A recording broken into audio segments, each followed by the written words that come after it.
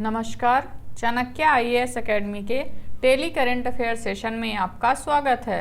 आज है 14 सितंबर और 14 सितंबर से जितने भी महत्वपूर्ण प्रश्न बनते हैं हम उन पर चर्चा करेंगे। हमारा आज का पहला प्रश्न है, हाल ही में किस मंत्रालय द्वारा भविष्य के लिए पर्यटन पर एक राष्ट्रीय प्रतियोगिता की शुरुआत की गई है?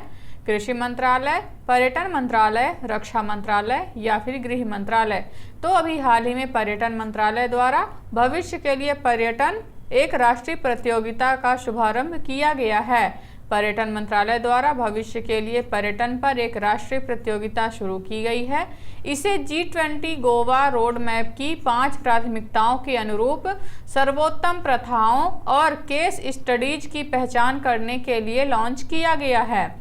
यह सतत विकास लक्ष्यों को प्राप्त करने के लिए पर्यटन क्षेत्र के लिए चुनौतियों, उद्देश्यों, अवसरों और सिफारिशों की रूपरेखा तैयार करता है। हमारा अगला प्रश्न देखेंगे, हाल ही में किस रेलवे स्टेशन को प्लैटिनम रेटिंग के साथ IGBC का ग्रीन रेलवे स्टेशन प्रमाणन प्राप्त हुआ है? Jaipur railway station, Vijayawada railway station, Indore railway station या फिर इनमें से कोई नहीं? तो अभी हाल ही में विजयवाड़ा रेलवे स्टेशन को ग्रीन रेलवे स्टेशन का प्रमाणन प्राप्त हुआ है। विजयवाड़ा रेलवे स्टेशन को इंडियन ग्रीन बिल्डिंग काउंसिल द्वारा प्लेटिनम की उच्चतम रेटिंग के साथ ग्रीन रेलवे स्टेशन प्रमाणन मिला है। विजयवाड़ा रेलवे स्टेशन को पर्यावरण मानकों में सुधार और यात्रियों को पर्यावरण अनुकूल सेवाएं प्रदान करने के प्रयासों के लिए यह प्रमाणन मिला है। इस स्टेशन की रेटिंग 2019 में गोल्ड से अपग्रेड होकर 2023 में प्लेटिनम हुई है।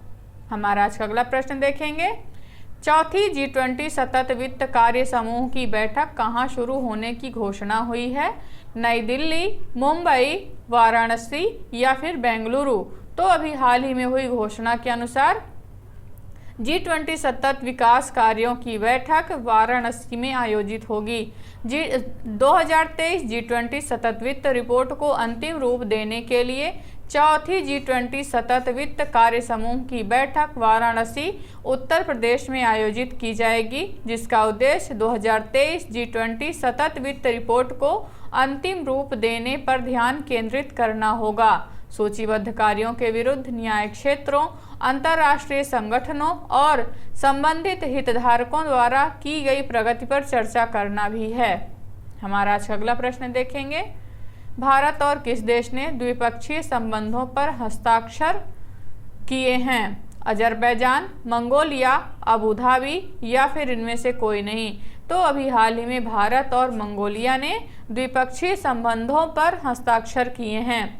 विदेश मंत्रालय में सचिव सौरभ कुमार की उलान बटार यात्रा के दौरान भारत और मंगोलिया ने शिक्षा, सूचना प्रौद्योगिकी और कौशल के क्षेत्र में सहयोग की समीक्षा की, जिसका उद्देश्य शिक्षा, IT, कौशल और क्षमता निर्माण के क्षेत्रों में द्विपक्षीय परियोजनाओं और सहयोग पर चर्चा करना है। वे भारत मंगोलिया मैत्री माध्यमिक विद्यालय के निर्माण के अनुबंध पर हस्ताक्षर के भी गवाह बने हैं।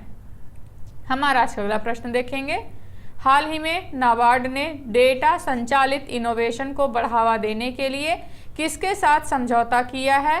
UNDP इंडिया, गूगल, DRDO या फिर CDAC?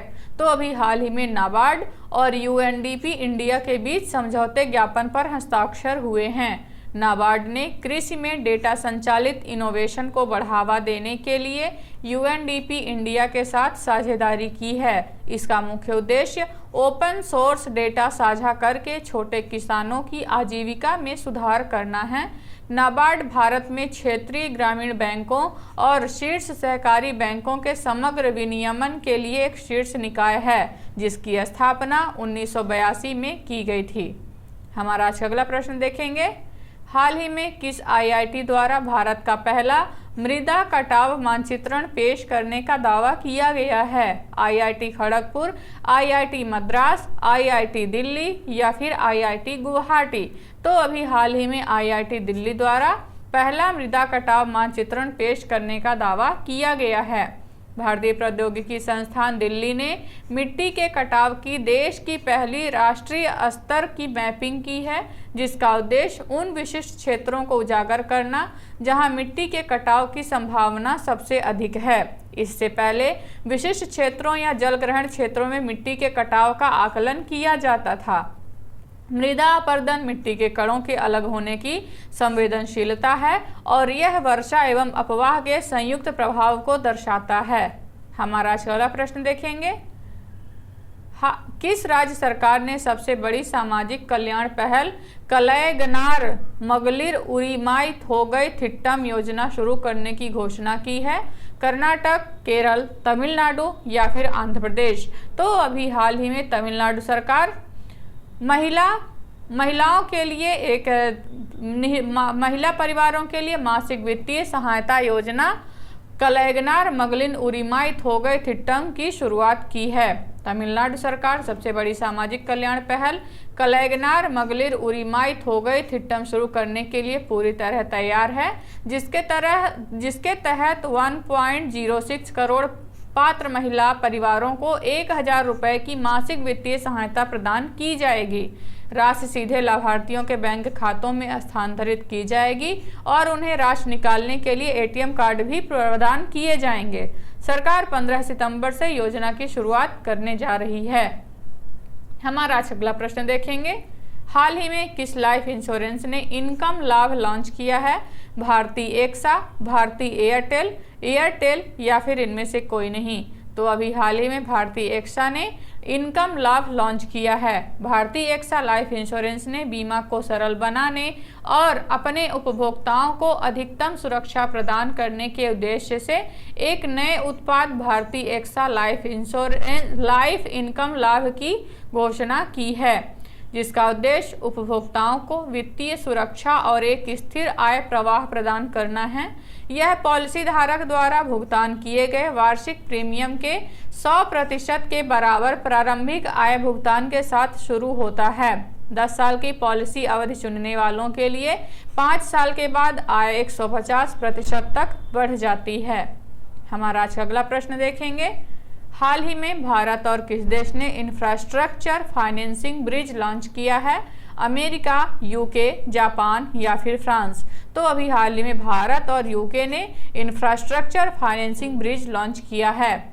वित्त मंत्री निर्मला सीतारमण ने घोषणा की कि भारत और यूके ने प्रमुख बुनियादी ढांचा परियोजनाओं की योजना बनाने और उन्हें लागू करने के लिए एक बुनियादी ढांचा वित्त पोषण पुल शुरू किया है। दोनों देश अपने मुक्त व्यापार समझौते वार्ता को समाप्त करने के लिए व्यापार वार्ता के समानांतर निवेश वार्ता आयोजित करने पर भी सहमत हुए हैं। भारत सरकार ने भी यूके सरकार के साथ भारतीय कंपनियों को विदेशी एक्सचेंजों में सूचीबद्ध होने की अनुमति देने पर विचार करने की अपनी योजना की पुष्टि की है। हमारा आज का अगला प्रश्न देखेंगे।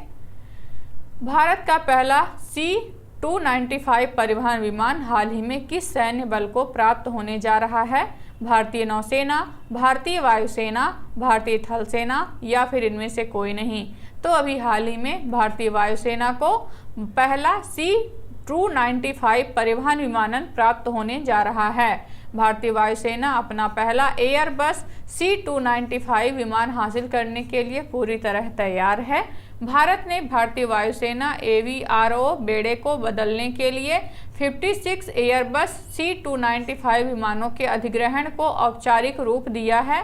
इनमें से सैन्य विमानों की 16 इकाइयां स्पेन में निर्मित की जाएंगी, जबकि बाकी का निर्माण भारत में वडोदरा, गुजरात में विनिर्माण सुविधा से किया जाएगा। नया विमान सामरिक सैन्य परिवहन विमान के रूप में सेनाओं में प्रमुख भूमिका निभाएगा।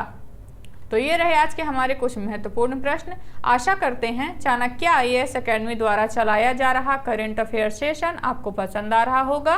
हमारे ऐसे और भी कंटेंट से जुड़ने के लिए चैनल को सब्सक्राइब करें और बेल आइकॉन दबाना ना भूलें। धन्यवाद।